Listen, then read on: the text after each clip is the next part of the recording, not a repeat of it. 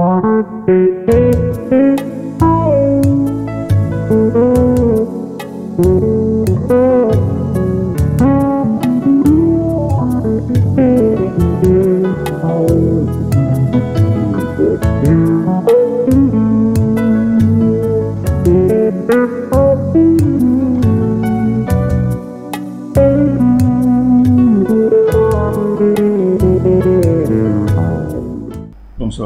Bonsoir. Bienvenue sur la Maison du Père. Aujourd'hui, nous allons continuer l'étude que nous avons débutée concernant la chute de l'homme. Mais avant que nous ne retournions à cette étude, nous voulons faire un petit détour sur la foi. Et pour cela, je vais demander à tout le monde de prendre le livre Romains, le chapitre 10, au verset 17, qui nous dit ceci. Donc la foi naît du message que l'on entend, et ce message vient par la parole de Christ.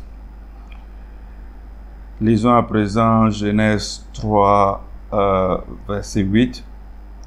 Au moment de la brise du soir, il entendit la voix de l'Éternel Dieu parcourant le jardin. Alors l'homme et sa femme se cachèrent, et l'Éternel Dieu parmi les arbres se cachait de l'Éternel Dieu parmi les arbres du jardin. Alors, ce que je voulais dire, c'est que entendre la voix de quelqu'un fait partie des 5 sens humains. Ça n'a rien à voir avec la foi. On n'a pas besoin d'avoir la foi pour entendre la voix de quelqu'un. Avant le péché originel, ou encore appelé la chute de l'homme, Adam pouvait, par la foi, voir Dieu en personne. Mais après sa désobéissance, il ne pouvait qu'entendre désormais sa voix. Et donc, c'est la raison pour laquelle lui et Ève se sont cachés. L'étude que nous faisons de la Bible doit nous permettre d'avoir une relation unique, une rencontre avec Dieu le Père. Jean chapitre 5, verset 39, nous dit ceci. Vous étudiez avec soin les Écritures parce que vous êtes convaincus d'en obtenir la vie éternelle. Or, précisément, ce sont elles qui témoignent de moi. Jésus parlait aux pharisiens et les Juifs disaient que le jour du sabbat, tu ne devrais pas travailler. En lisant un peu plus haut, on comprend que les Juifs étaient tout simplement fâchés avec Jésus du fait que ce dernier ait fait un miracle le jour du sabbat. Pour eux, nul ne doit guérir autrui le jour du sabbat, ce qui équivalait donc à travailler. Ceci n'est rien d'autre qu'une forme de fierté spirituelle. Faisons donc attention à la raison pour laquelle nous recherchons Jésus. Est-ce pour le connaître ou pour accroître notre connaissance de la soi-dite Bible? Si nous lisons dans l'évangile de Jean, chapitre 10, 16, il est écrit que j'ai encore d'autres brebis qui ne sont pas de ceux de cet enclos. Celles-là aussi, il faut que je les amène. Elles écouteront ma voix. Ainsi, il n'y aura plus qu'un seul troupeau avec un seul berger. Elles écouteront ma voix qui ne requiert pas de foi. C'est la foi de Jésus que nous devons rechercher. Et cela n'est possible que si nous nous imbibons dans nos Bibles, lisons les versets et si possible, essayons de les retenir. C'est ce qui nous fait appeler chrétiens. Ce n'est pas qu'en connaissant uniquement Jésus ce n'est qu'en connaissant, uniquement Jésus que les grandes vérités cachées dans la Bible nous seront ouvertes. Connaître la voix de Jésus et l'entendre sont des expériences personnelles qu'il faut vivre. Lisons maintenant dans le livre de Éphésiens, chapitre 3, verset 19. Oui, vous serez à même de connaître cet amour qui surpasse tout ce qu'on peut en connaître, et vous serez ainsi remplis de toute la plénitude de Dieu. Afin d'être remplis de toute la plénitude de Dieu, il nous faut avoir cet amour qui surpasse tout ce qu'on peut connaître. Cet amour est au-delà de ce que nous pouvons connaître. On se doit de connaître le Dieu de la Bible, comme Charles a dit, par une expérience personnelle, quelque chose que nous pouvons en témoigner. Ce qui se passe, c'est que les gens aujourd'hui, soit ils ont une mauvaise interprétation des versets et donc prétendent savoir, alors que ce n'est pas le cas, ou alors préfèrent rester dans leur coin parce qu'ils ont peur d'être déçus. On peut connaître Jésus dans sa plénitude, connaître les versets et l'aspect spirituel qui vient avec. Comprenons que Jésus, il n'a jamais dit que mes brebis connaîtront mon livre, mais plutôt il a dit mes brebis connaîtront ma voix. Dans le livre de Daniel, on connaît Daniel. Donc Daniel a entendu de façon tellement correcte ce que Dieu lui disait, que les gens à cette époque disaient que le livre de Daniel n'avait pu être écrit qu'après les événements qui y sont inscrits. Il ne pouvait croire que Dieu puisse révéler ces choses à un humain, ou encore que Dieu existerait, tout simplement. Ceux qui sont guidés par l'Esprit de Dieu sont les enfants de Dieu, nous dit les Écritures dans le livre de Romains, chapitre 8, verset 14. Ces enseignements doivent vous mener près de Dieu à travers Jésus-Christ. Et pour cela, il nous a donné l'Esprit Saint, alors que nous soyons remplis par l'Esprit Saint. Revenons à ce dont nous avons étudié la semaine dernière. On s'est rendu compte que le démon avait déçu Ève et elle mangea du fruit interdit. Lisons encore une fois Genèse chapitre 3, verset 1. Le serpent était le plus astucieux de tous les animaux des champs que l'Éternel Dieu avait fait. Il demanda à la femme, « Vraiment, Dieu vous a dit, vous n'avez pas le droit de manger du fruit de tous les arbres du jardin ?» Nous avons compris que le vrai nom de Lucifer n'est rien d'autre que Hélel ben Shaka, que le mot Hélel n'apparaissait nulle part dans la Bible, et sa source nous disait qu'il voudrait dire brillant ou scintillant. Shaka veut dire le matin, et donc lorsque on met et donc son nom ne voulait rien dire d'autre que le fils du matin. Quel que soit son nom donc, il est responsable de toute la rébellion et du péché que le monde et l'univers connaissent. Car à son départ des cieux, il est parti avec un tiers des anges. Nous avons aussi étudié qu'il y avait deux types d'arbres mentionnés dans la Bible. L'un qui s'appelle l'arbre de la vie et l'autre qui s'appelle l'arbre du bien et du mal. Enfin, nous avons parlé d'Éden, qui en hébreu veut dire plaisir, et en grec qui voudrait dire paradis ou jardin ou forêt. Enfin, nous avons aussi vu que la désobéissance a causé le péché, qui lui causa la mort, et la mort s'est répandue à toute l'humanité parce que nous tous avions péché.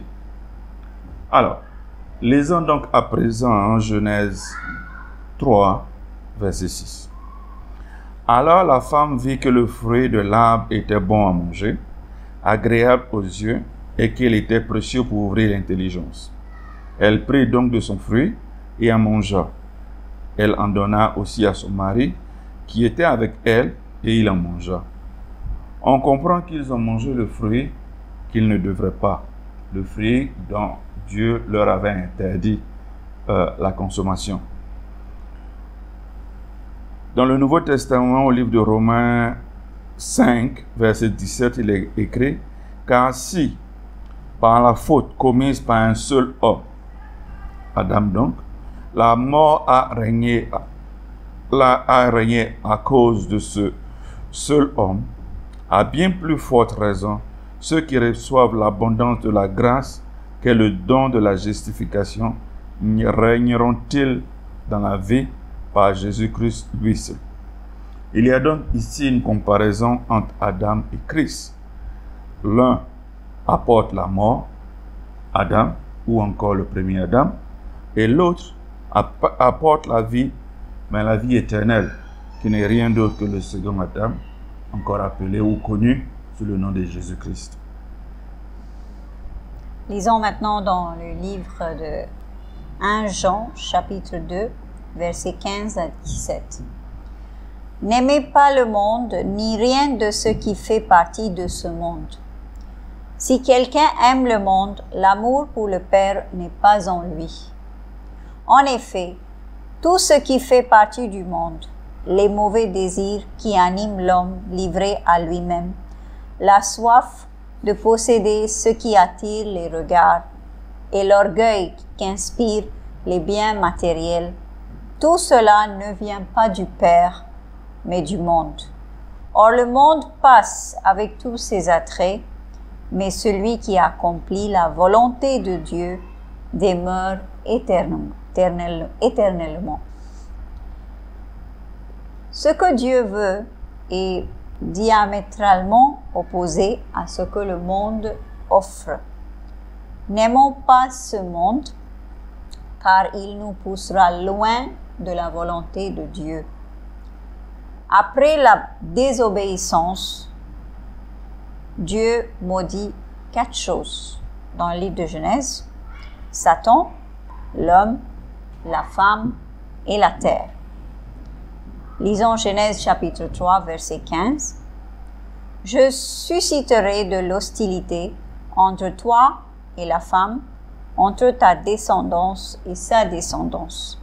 Celle-ci t'écrasera la tête et tu lui mordras le talon. » Maintenant, si on lit dans le Nouveau Testament, dans l'Apocalypse, chapitre 20, verset 2, c'est écrit « Il se saisit du dragon, de ce serpent ancien qui est le diable et Satan. Il l'enchaîna pour 1000 ans. » Donc, on comprend que nous parlons de la même entité Satan qui est mentionné dans le chapitre qu'on vient de lire, Genèse 3. Il était l'ange avec le plus d'onction qui faisait part de la classe des Elohim, la classe des dieux. Dans le verset précédent, il y a une promesse de rachat de la classe humaine par quelqu'un qui viendrait écraser la tête de Satan. Apocalypse chapitre 17 verset 14, c'est écrit « Ils feront la guerre à l'agneau, mais celui-ci les vaincra, car il est le Seigneur des seigneurs et le Roi des rois. Les siens, ceux qu'il a appelés et élus, ceux qui lui sont fidèles, vaincront avec lui. » Donc ce verset, comme on vient de lire, parle de 3 catégories: les appelés, les élus ou choisis et les fidèles. Ne pas comprendre ces 3 catégories font de vous un chrétien juste non, car tout un chacun de nous appartient à une de ces catégories.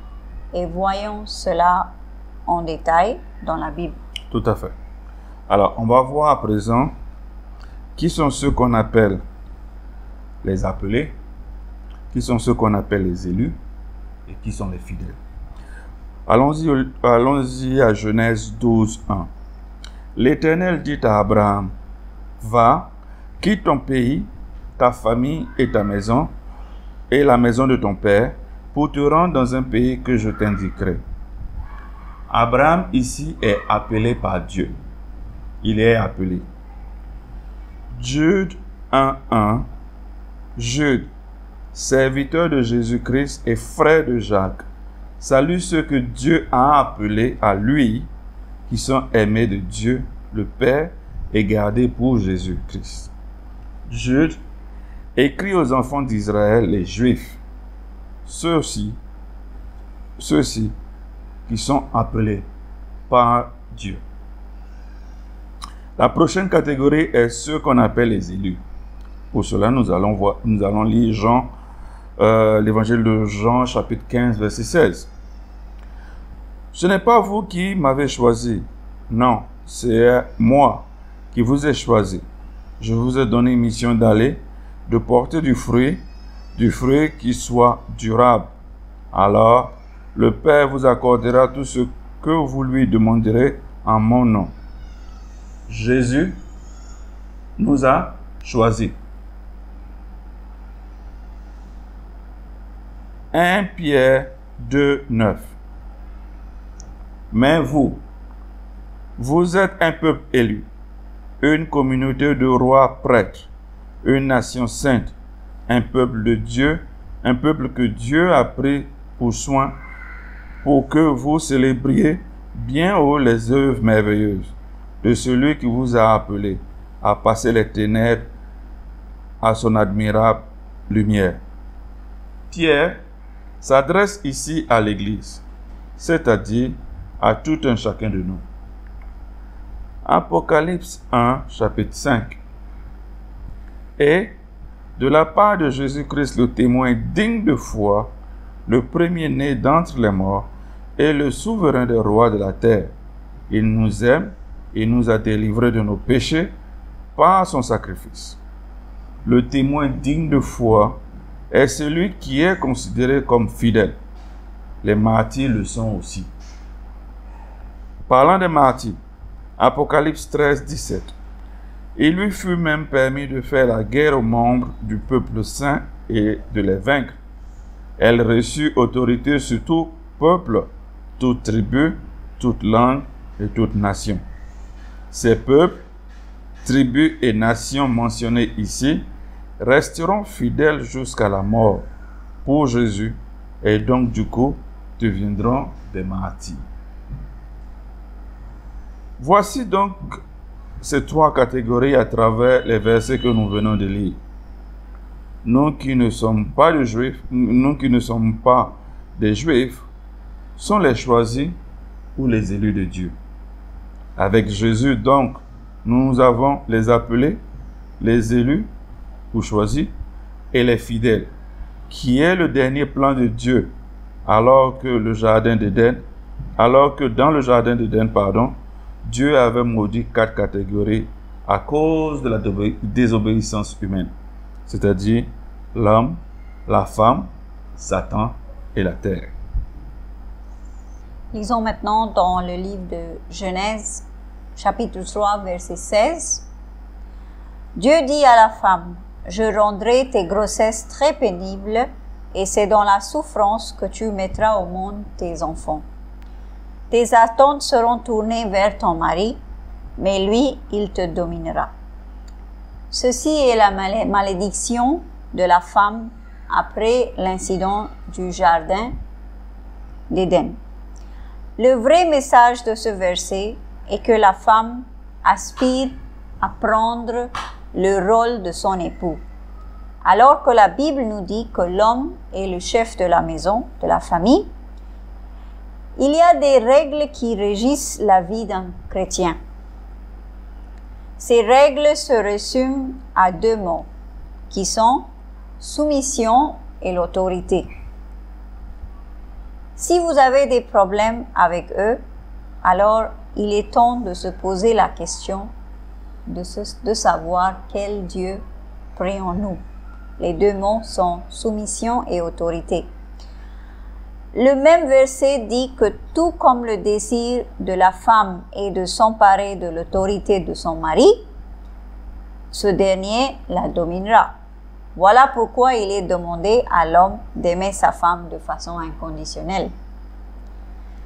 Voyons à présent la malédiction sur l'homme et la terre.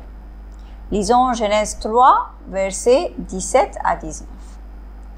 Il dit à Adam, « Puisque tu as écouté ta femme et que tu as mangé du fruit de l'arbre dont je t'avais défendu de manger, le sol est maudit à cause de toi.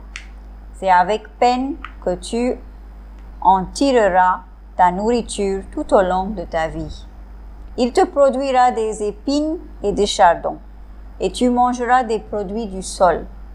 Tu en tireras ton pain à la sueur de ton front jusqu'à ce que tu retournes à la terre, puisque tu as été tiré de celle-ci.